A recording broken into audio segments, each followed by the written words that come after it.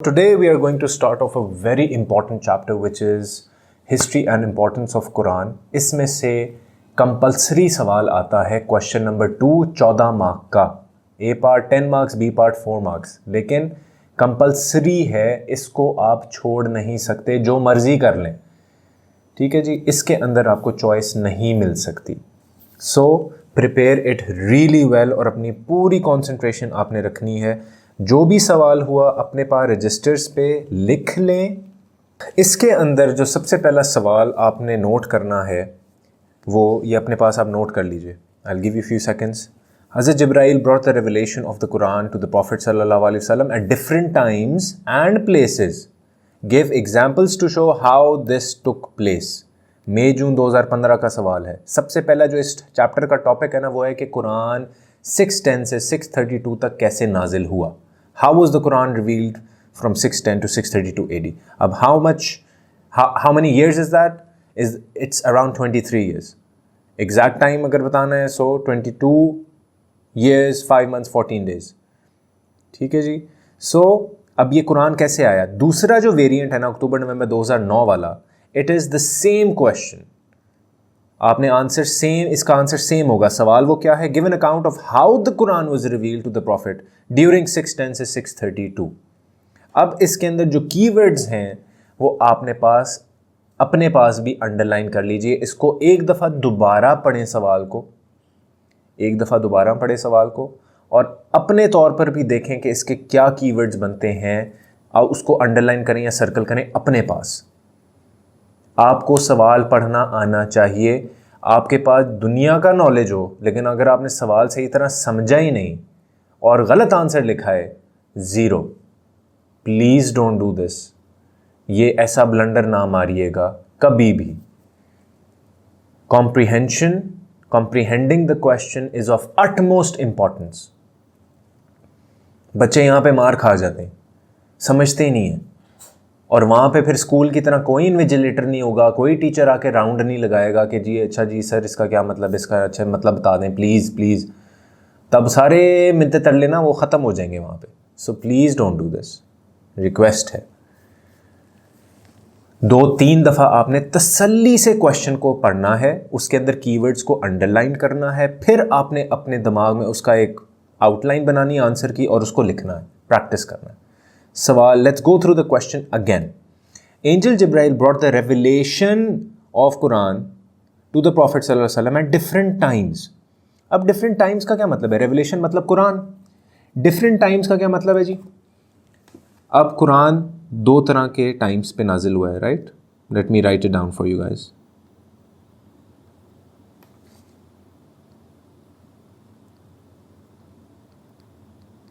एक है जी मक्की और दूसरी क्या है जी? Madani. Makki time period and Madani time period. So Makki time period, Meccan time period कौन सा है? प्रॉफिट सल्लल्लाहु अलैहि वसल्लम ने हिजरत करने से, जो उनकी हिजरत थी मदीना, उससे पहले वाला जितना टाइम है that is Meccan time period. Prophet की हिजरत to Madina, migration to Madina के बाद वाला जितना टाइम है that is called Madani time period, and उन सूरज को कहते हैं मदनी सूरज। माइग्रेशन से पहले वाला मक्की सूरज, माइग्रेशन के बाद वाली मदनी सूरज। ये आपने याद रखना है। फिर फुल स्टॉप के बाद क्या है जी? एंड, अच्छा, different times and places, right? So times and places से ये मुराद। एग्जाम्पल्स हमें देनी पड़ेंगी मक्कन टाइम पीरियड की भी और मदनी टाइम पीरियड की भी। अच्छा, फिर अभी हम सारा डिस्कस करते हैं कि आंसर में क्या क्या चीज़ें लिखनी है। फिर क्या है जी? Give examples to show how this took place. इसको हम अगर सम अप करें तो क्या चीज़ें पूछ रहे जी? How this took place, sensations, the method, the sensations, the feelings the prophet सल्लल्लाहु अलैहि वसल्लम वेंट थ्रू। ठीक है जी। अब दूसरे सवाल को डायसेक्ट करते हैं। सो अक्टूबर नवंबर 2009 वाले सवाल को डायसेक्ट करते हैं। Give an account of how the Quran was revealed. Now how is the same, sensations, methods. How the Quran was revealed to the Prophet during 610 to 632। तो during 610 to 632 कौन से वाली चीज़ आ गई? फिर एग्जाम्पल्स हमें कौन सी देनी पड़ेंगी? मक्का एंड मदीना। ठीक है। सो The answer for both will be the same. Now let's go through the outline. ठीक है? What the question is asking? The question is asking about the time span of the revelation. The question is asking about the places, which includes Makkah and Medina. The questions are asking, they are, अगर उसको further आप break down करें तो Makki surahs are from 610 to 622 AD and Madni surahs are from 622 to 632 AD. फिर you're supposed to mention the sensations related to the revelations and then please इसके ऊपर अपने पास अपनी कापियों पे और रजिस्टरों पे लिख लीजिए कि quotations are very important in this particular question. Alright? Quotations बहुत ज़रूरी हैं बच्चों, उसकी वेटेज है. आपके आंसर को उसने सपोर्ट करना है, एग्जामिनर को उसने प्रूव करना है इन कोटेशंस ने कि आपकी अंडरस्टैंडिंग है और आपकी नॉलेज इतनी तगड़ी है कि yes you remember and you can support whatever your writing, whatever your explaining किसी एक ठोस ऑथेंटिक सोर्स से. आउटलाइन है जी इस सवाल की, इन दोनों सवालों की आउटलाइन क्या है. सबसे पहले पैराग्राफ के अंदर you will briefly explain the event of the first revelation, जो कि केव ऑफ हिरा वाला था. ठीक है?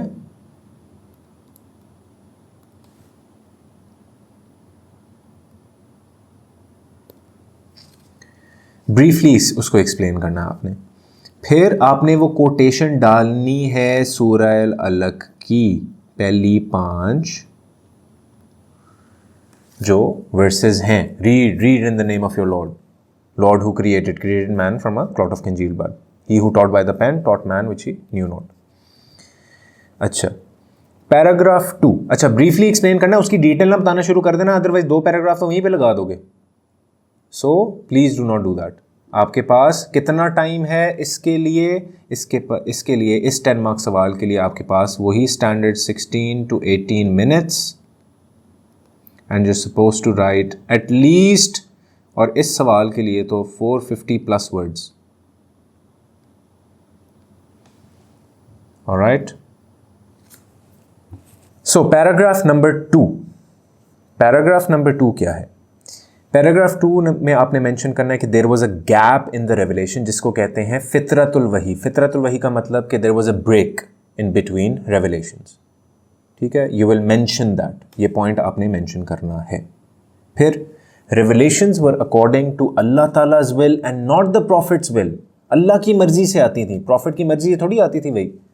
So you have to mention that as well and you have to support that point with the following surah, जिसका Cambridge ने इसको mention किया हुआ मार्किंग स्कीम्स के अंदर. क्या? Move not your tongue with it, O Muhammad, to hasten with recitation of the Quran. Indeed, upon us is its collection and its recitation. So when we have recited it through Jibrail, then follow its recitation. Then upon us is its clarification to you. ठीक है जी.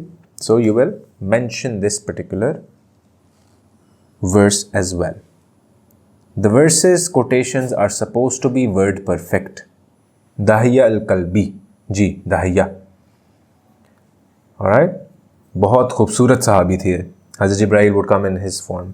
अच्छा जी, okay. So his weight would increase. ठीक है? His face would turn red. He would sweat even in cold days. And फिर dreams के अंदर भी,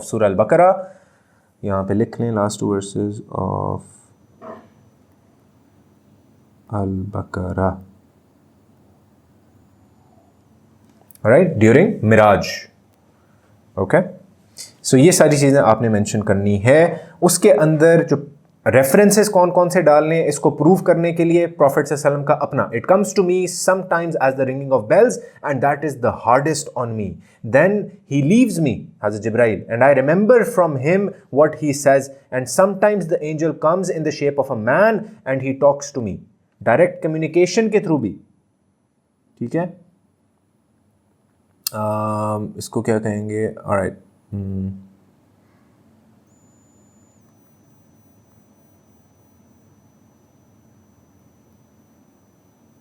during conversation with Jibrail अलैहिस्सलाम, ये भी लिख लें।